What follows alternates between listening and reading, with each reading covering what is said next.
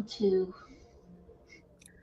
Hello, hello, hello, my beautiful people out there. How y'all doing?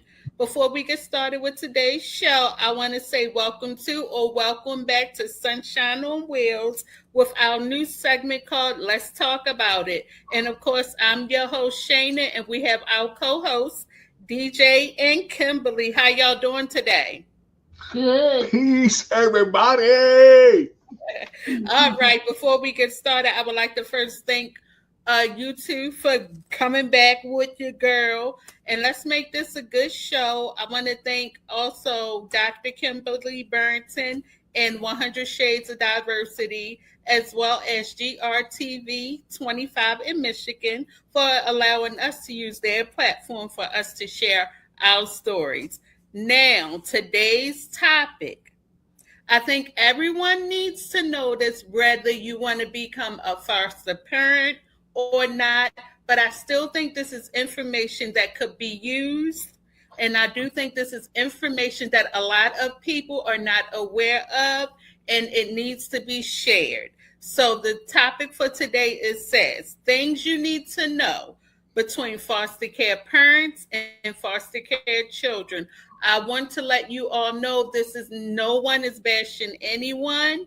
It's just that a conversation that needs to be had and needs to be talked about.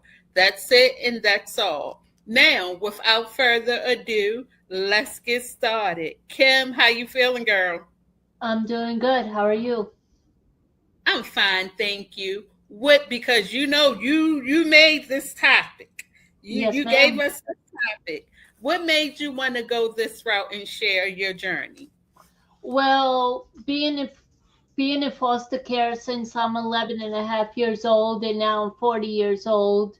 But as far as what I found out through my husband about 3, 4 years ago, that parents, once you turn 18, technically you're considered an adult.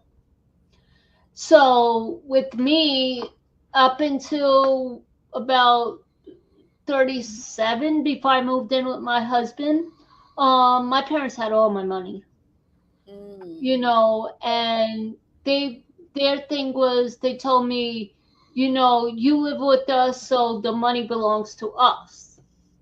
Didn't know that no, once you turn 18, it's not like that. mm, So, you could go on the route of just saying, as soon as you turn 18, you could take it into a lawsuit settlement. But mm. I'm not here to try to do that, because I did not know. So I'm just letting it be for now and see where it rolls. Okay, now before we go into a deeper dive, I take it as that your foster parents weren't truthful with you, Correct. Correct. and they made it seem as though that you better or you will or you must do, no matter how old you are, we still receive it all. Yeah, it's their rules. I live under their rules, their house, so it's their money. And although after 18, they still treated you as if your money that you work for is their money. Correct. Now, the nerve, the nerve, the nerve. Not only was I doing a full time job, as when I was in my 30s, but my boss ended up screwing up by accident and stopping my No, check, it was on purpose. or on purpose, and my check stopped. So they got really peed off about that because that was one money that they weren't getting anymore. So now with me working full time with the Mhm. kids, and I was a full time head teacher at a daycare, and they was like, okay, we Okay. need this money. So I was getting like over $1,000 every 2 weeks, but me getting only like $200 out of the check because the rest went to my parents because they Hold on. claimed that they needed it. Hold on, Kim. I got to stop right there. Mm-hmm. You mean to tell me these adult people that say that they love you, they're going to protect you, they're going to keep you safe, tell you that you're a hardworking young lady. And Yes. not only that, you live with a disability, but you go out here and you work and you bring a very decent paycheck home. And 12 hours a day.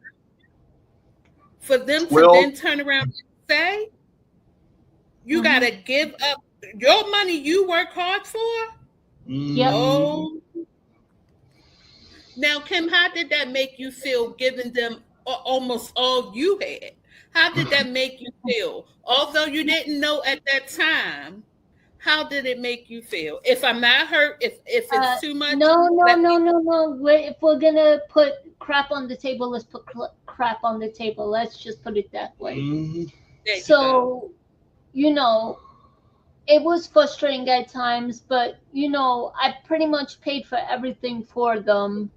You know, and they claimed that I didn't. I was just helping out, but you know, I could see maybe giving like 500-600 a month, maybe sometimes a little more. That's okay. I'm cool with that. But like almost 800-900 every 2 weeks when I got paid, it's like no. I wasn't cool with that, but they told me that because I live with them, I gotta help out, pay bills, and everything else. So I'm not gonna jump in much, but I'm gonna let y'all know some numbers.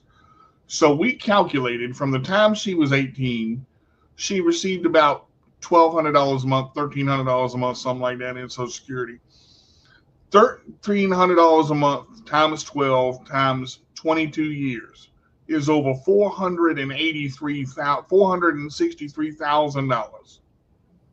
Okay, that means that her parents not only took $463,000, but they took her work check of, let's just say, $1,500, $1,700 a month. She worked for 8 years, and the last 4 years of her job is when she started realizing, because I talked to her. See, here's the thing.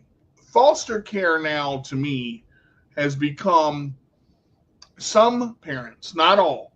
A foster child is not a foster child. To me, a foster child is a child that is coming into your life that you're going to love, protect, cherish. Now, until they're 18, you're responsible for them. Doctor's appointments, food, clothes. They did that. We're not disputing that. They were good too. They did have to love her. They did have to take care of her.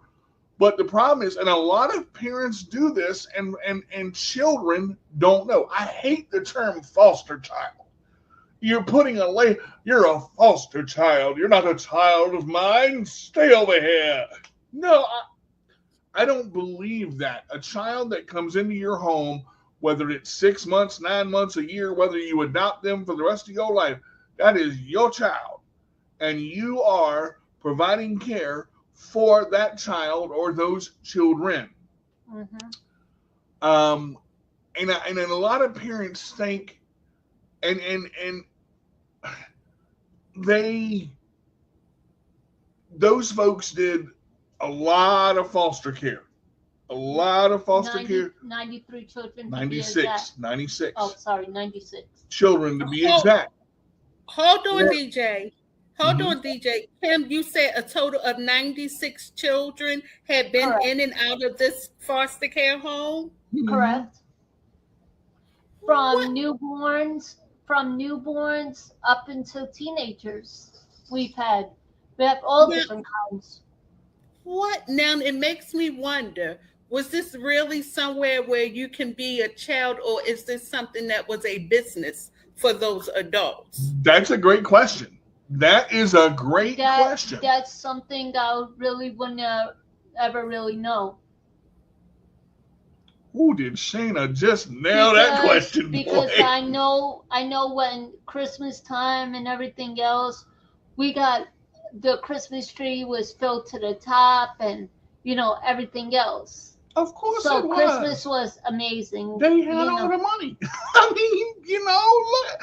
See, part of this is the unknown can hurt you. And if you don't know your facts, if you don't know that you're entitled to your money for your benefit at the time of 18, the parents can do this. And a lot of them, not all of them, do it to work the system. Because they don't report what's really happening. They don't report what's really going on. Children are being abused, molested, sexually abused, raped, lied to, malnourished. Now, I'm not saying Kim was, okay? No. That didn't come out of her mouth. If she chooses to tell that part, she chooses. Hi, Miss Cindy. But the problem is, and Shana hit it right on the head, it is not a business. Foster care, the love of a child is the love of a child to take care of a child, not for the money. I believe, and this is just my belief. I don't know if you've ever heard Miss Elliott or anybody say, but they did say that when a child becomes into foster care, they are property of the state. Property, not even human. Property is freaking a table or chairs or something. That's not human life. That's really messed up for someone to say you're my.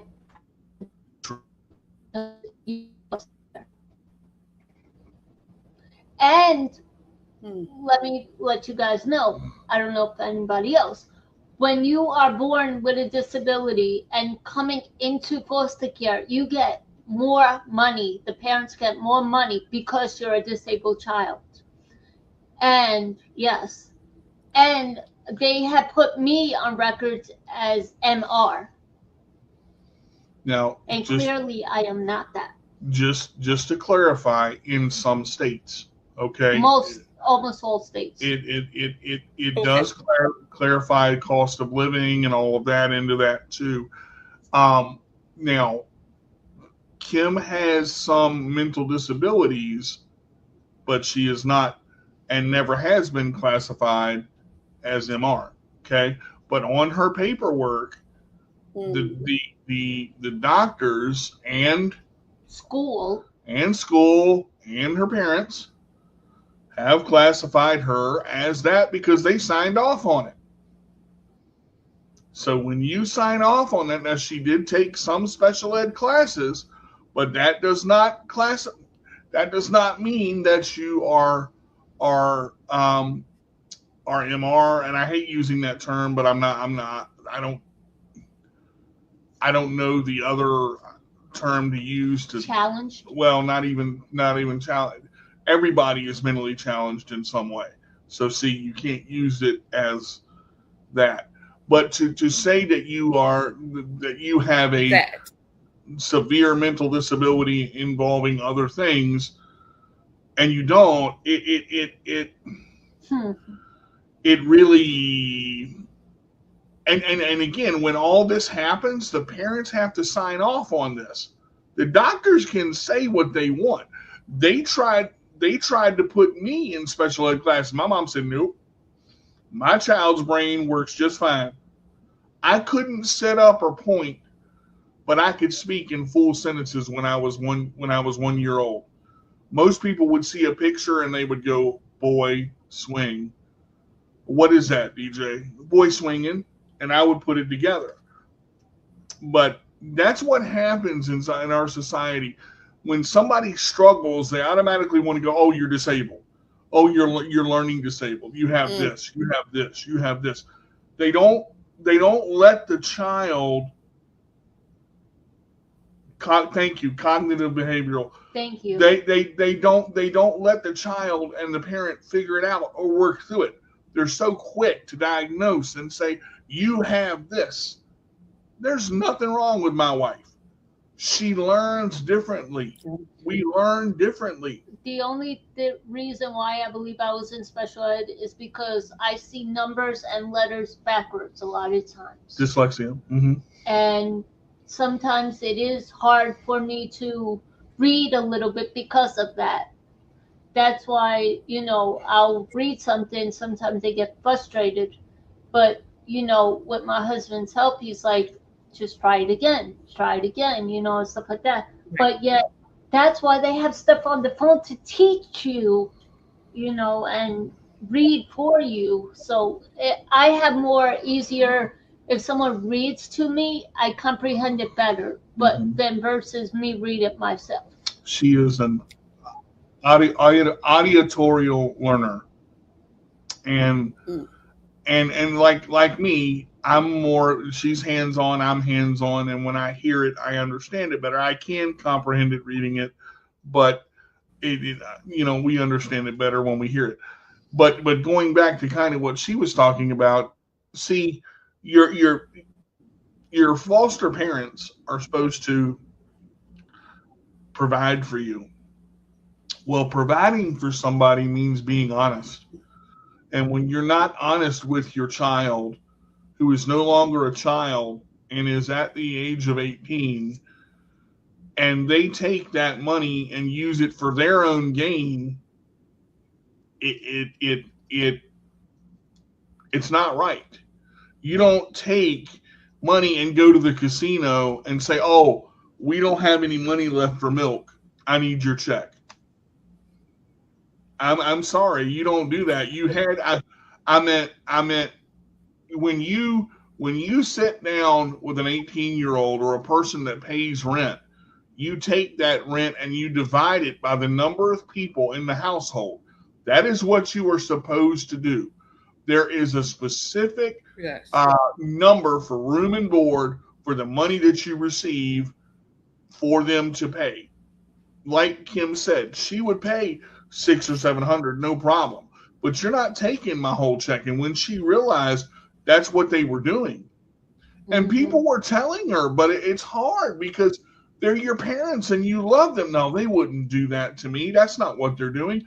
That's exactly what they're doing. Yes. And she goes, wait a minute. Why do I only have $200 in my account when I'm working 12-hour shifts 5 days a week plus overtime, and I've only got $200? Why? 7:30 in the morning to 6 at night, 5 days a week.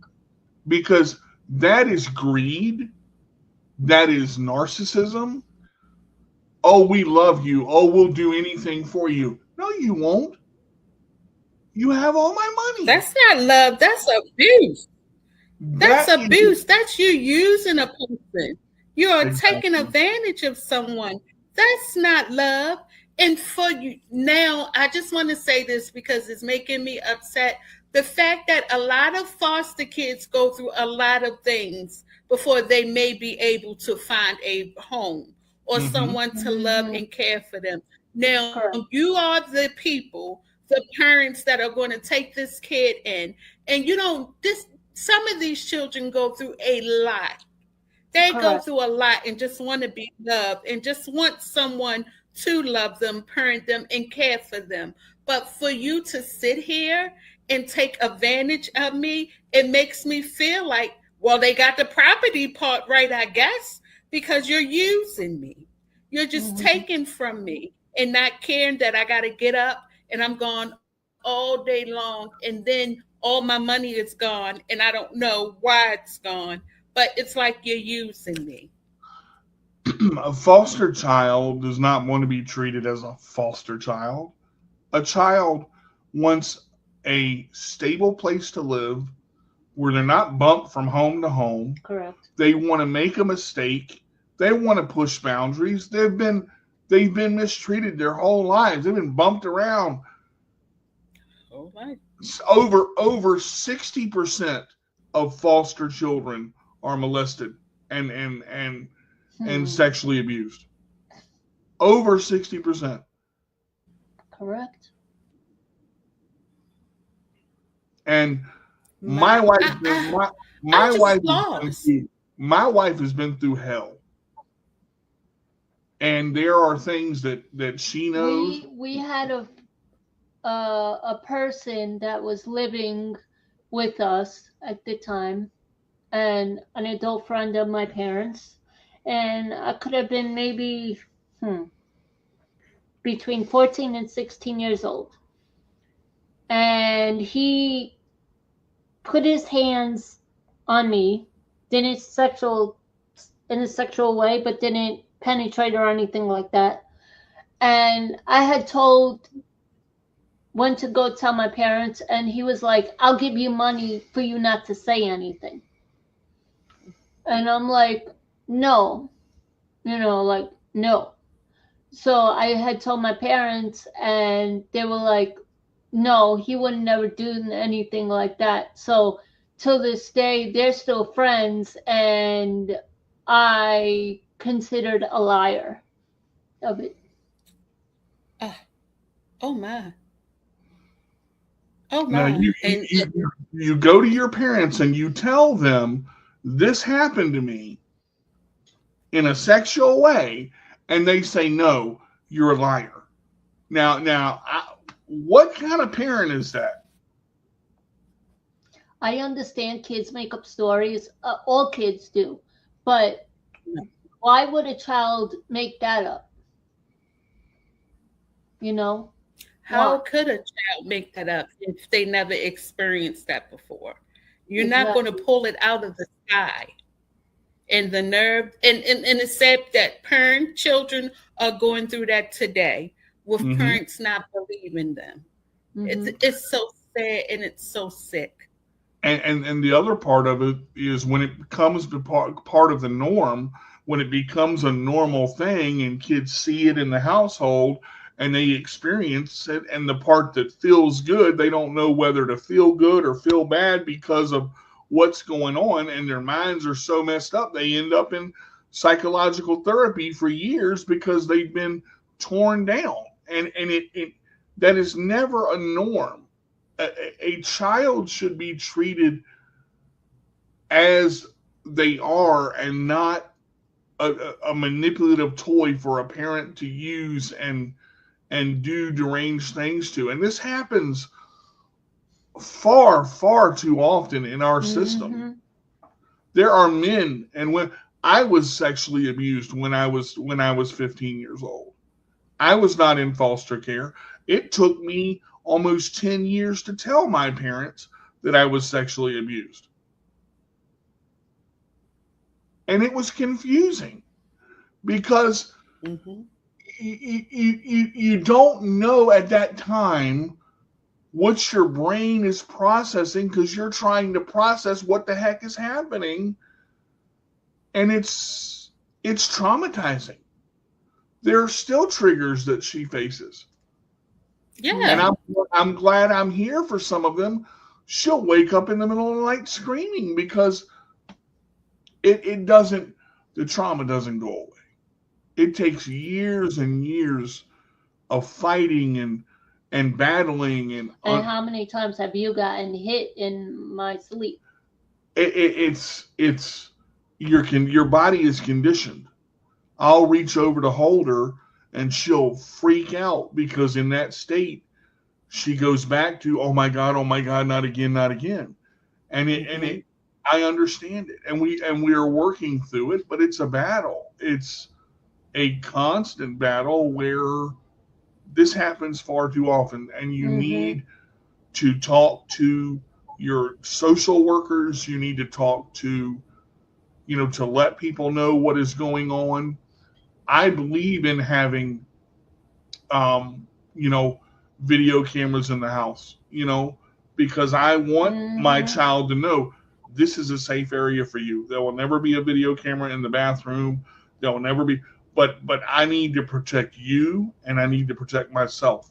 So I have cameras set up that so that we can record what goes on. And if anything happens, I've got documentation to show that it doesn't or it does Yeah. because it's there on camera. And some foster parents are loving and understanding and only take some of the money which they need to take care of the child. That's what it's there for. And notice I didn't say foster child. I hate that term. Hate it. Foster child. That's my son or daughter. Leave it alone. Exactly. We are in the process of That's right. appealing to because we want to adopt this little boy, and he's our whole world. He's amazing and the sweetest little thing. He's just turned a year old, and we're in the process of appealing the decision because we found out the state screwed up and said that we couldn't appeal it. No, not the state. Not the state. The social services. Social services screwed up and said we couldn't appeal it, which was a total lie.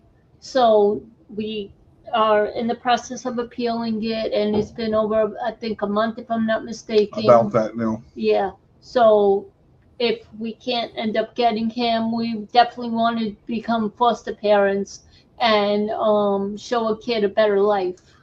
I wanted a foster child since I wanted a child since, now I got me saying it. I wanted a child since I was 25 years old. And am I scared to be a father? Heck yeah. Do I have the manual to know everything? No. There's no manual when it comes to kids. There's no manual when it comes to kids, but I do have love and support because I was given that. Thank God I had a mom that never, ever, ever took advantage of anything. She worked her fingers to the bone. And my mom never once talked me down or told me I was worthless or told me I'm meant to be seen and not heard. I have heard conversations where she's been yelled at and talked to like she's 4 years old and told, you don't know what you're talking about. You're stupid. You're this, you're that. Tell my wife she's stupid now. I'll come through that phone and put a number on you Ajax won't take off. I can tell you that.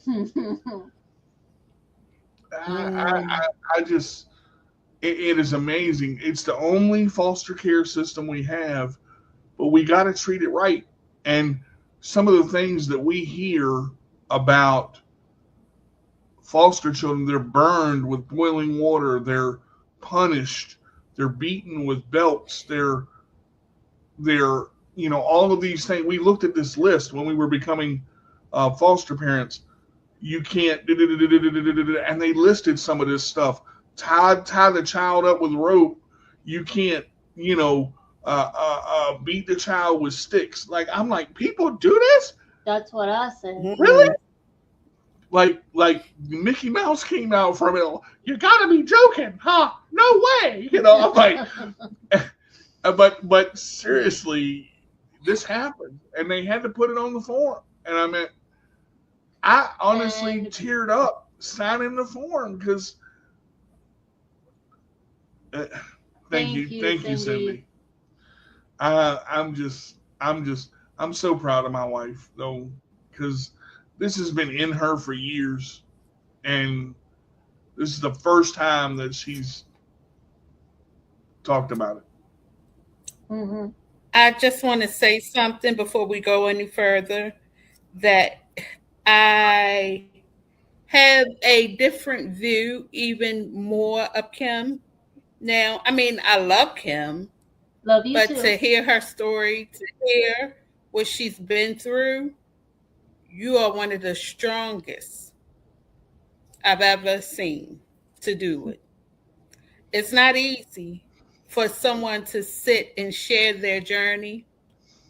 It's not easy for someone to share their truth and not worry about hurting those that you thought that loved you. It's not easy because you may get treated a certain way for you sharing your truth. Mm-hmm. And I just want to tell you that I'm proud of you, because I can guarantee you there are a lot of others out here that have experienced what you've experienced, maybe even worse, and they need to hear your story, because your story will help them overcome what they're going through, Mm-hmm. And your story will also help them realize that it was nothing ever wrong with me. I was treated as property, but I'm so much more than that. I'm Yep. so much more than being used. I'm so much more than being neglected. I'm so much more than getting a check. And I want to tell you that I'm proud of you. And DJ, you are a great support system for Kim. And you two keep rocking it out. Thank you. Absolutely. Absolutely. I mean, you're welcome. It's not easy. It's not easy. And I tell everyone, don't complain because you never know what someone else has been through. And I can honestly sit here and say, Kim, I never knew that. And it's Well, teaching me even more. Although I say no need and complain about it, you know where. But Yep. for you to share your story, this can help somebody in a major way. and and Absolutely. Go and ahead, the, bro. and the the funny thing is, we were talking about doing this. I go, you need to rip off the band-aid. It's time, because she's trying to protect her parents, and I understand that. But Mhm. to me, if you do wrong, suck it up. Sorry, I meant, if you get called out, you get called out, Yep. and it's been way too long for these people to do this and not answer for it. Yep. And they know also that our wedding reception is Mhm. coming up May 23rd. I'm not asking for any help. No, nothing. That's not why I just brought this up on air. But, as a parent of an adopted child, you need to treat them as your own, even while they're your foster child. But I hate that word too. But it, I have to put it out there like that right now. So, we've asked, I've asked, just to see if they would help with the wedding reception or whatever.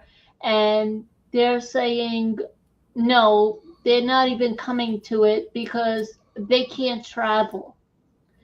And we offered, a plane ticket or a train ticket, and even to stay with us, and and they're like, no. So, they Well, won't even come to their own daughter's wedding reception. well, since my wife brought it up, let me just shed a little more light on that. See, from the time that we've been together, most of it, her parents didn't accept it. And the reason they didn't accept it is because I brought light to Kim's darkness. And I showed her what was really happening. And she thanked me. And she pursued me in a way that I've never been pursued before. Like So, my white boy. well, she stalked my Facebook, my YouTube, my Instagram, I meant, and I thought about it. I'm like, why? And I realized her parents were scared to lose her, because if they lose her, they lose that money. Oh my God, she That's the gave a meal lot. ticket. Yeah, they Yeah, yeah, they she they knows gonna how to lose lose it out. all. How dare her go out here and have a Woo! Mm. Yes, ma'am. Uh-oh, she's frozen. That's okay. She'll come back. She'll come back. Um, you okay? You're back. wow. Okay. Yeah, it was a meal ticket, and the funny part about it is, I was an invalid to them. I was just a person in a chair that couldn't do anything. Couldn't. I wasn't. I would never be a man. Kim would have to take care of me. I'm going to have to, I couldn't provide her for anything. I got no money. I got no, how you know what I got? I tell you what I got. I got your daughter, don't I? But, but I digress. And I found out the only reason they allowed me to have my money in my bank account was because they have, I don't know if they had bills or money that was being taken out and stuff like that. Well, they didn't want that to interfere with my disability check that I was getting. So they put it in my account. And so it wouldn't get touched. And then I still had to give them almost pretty much the whole disability check. No, the whole disability check. Pretty much, yeah. The whole disability check, her whole work check minus $200. And they received retirement and Social Security too.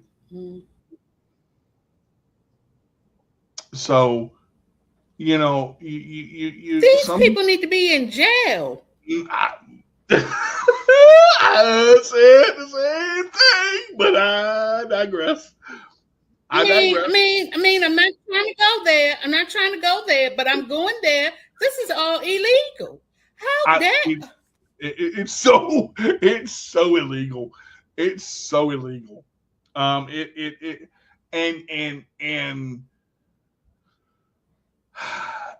so many parents are doing it, especially if the child is disabled. Easily. Yeah, because they said that because even though you're 18 on paper, doesn't mentally, they said I wasn't that. Mentally, they were saying I was maybe a 13, 14-year-old. No, this was your parents saying this? Yeah, that's why they were able to get my check because of me being MR. They were saying that the state, they put on paper that I was MR, so they said physically I was 18 or 21 or whatever, but mentally I was much younger than what I was. BS. And the only reason she was mentally behind was because she didn't have the life experience, because they wouldn't let her go anywhere. They wouldn't let her do anything. Well, I did go out with friends and stuff like that, but also I had to be home at a certain time. And if I wasn't home, they don't want you to get a thing. And if I wasn't home, correct. Mm-hmm. If I wasn't home at a certain time, I would get grounded or whatever. And mind you, I was a teenager, adult already. They would take away my cell phone for 2-3 weeks at a time. Which she paid for. Yeah. And, you know, they were like, if you can't obey our rules, you can't go out. And the only way of your communication is your phone. What? So a lot of stuff I've been through. Yeah. And I mean, there was good times too. Don't get me wrong. I still do love my parents, even though all the crap that they put me through. But I don't know how you do. Yeah. But you know, they're still my parents, and they're old now. So you know, God will. When time comes, God will handle it. I don't have to really worry about, you know, stuff that's happened to me. Because you know what, I could be a bad A as well. But you know what, I've learned as I got older, there's no need for that, because God will handle what He got to handle when time comes. You got to answer for what you do in this life. Exactly. And I gotta bring up one name. I do want to bring up one name. Our friend Trevor, like, he was instrumental in a lot of the things I've talked about. You know, he knew some of the stuff he didn't know, and we don't always see eye to eye, but when it comes to Kim, he knows that I love her and I'm gonna do everything for her. And we both know what her parents were doing And he were was wrong. also a foster And child. he's been through Hell and back. hell and back to get. I meant, you talking about foster care? Good Lord. I meant, and when you're bounced around, see, this is the hard part of a foster care. When you're bounced around from home to home to home to home to home, you think you're just a temporary resident. You don't get Right. to establish that warmth. You don't get to establish love. You run away because you think, well, they're just going to give me back anyway. You rebel because that's all you know. When a child knows only one system, only one way, that's all they're going to do. They have to be shown, they have to be molded and disciplined the right way. You don't beat the crap out of them. You don't, and you don't stick them in a Yes. corner all the time either. You have to show them, listen, this is why this is wrong. Can we try it this way? I understand that you miss your mom, but right now your mom is trying to get better because she's going through this, and this. You're with us, and we're going to take care of you and help you to develop the way you need to. But Correct. we can't do it without trust from you and trust from us. Start a journal. Write a journal with your child. Do activities with your child. Show them that you love them. Don't just buy them things. Color with them. Do things that they love. Play board games with them. Go outside and go to the park. Fly a kite, for God's sake. My child will know that his father loves him. Our child. Well, I'm just saying, from our child will know that he's loved. He or she is loved. He or she or they or them, or if we get 6, 7 kids, I'll hold 3 on each arm. We'll go with it. I'll work it. I'll drive with my foot. I'll figure it out. When I Or helped, let the baby drive you into the wall. when the first data I ever got from the little one we were trying to get in our home, that melted away everything I thought I couldn't do. When I'm at social services filling out paperwork and I hear Dada, and I didn't acknowledge him, and I hear Dada, and I didn't acknowledge him, and he screams it across the room, Dada, and I go, what? And he goes, and he just laughs. Laughter can melt away some serious stuff. Yep. And I've always had that question of, will I be a good father? Will I know what to do when the time is right? Can I change that? Can I change that diaper without throwing up on that little boy? I got to have a bucket right here, and we gonna go with it. We gonna find this out.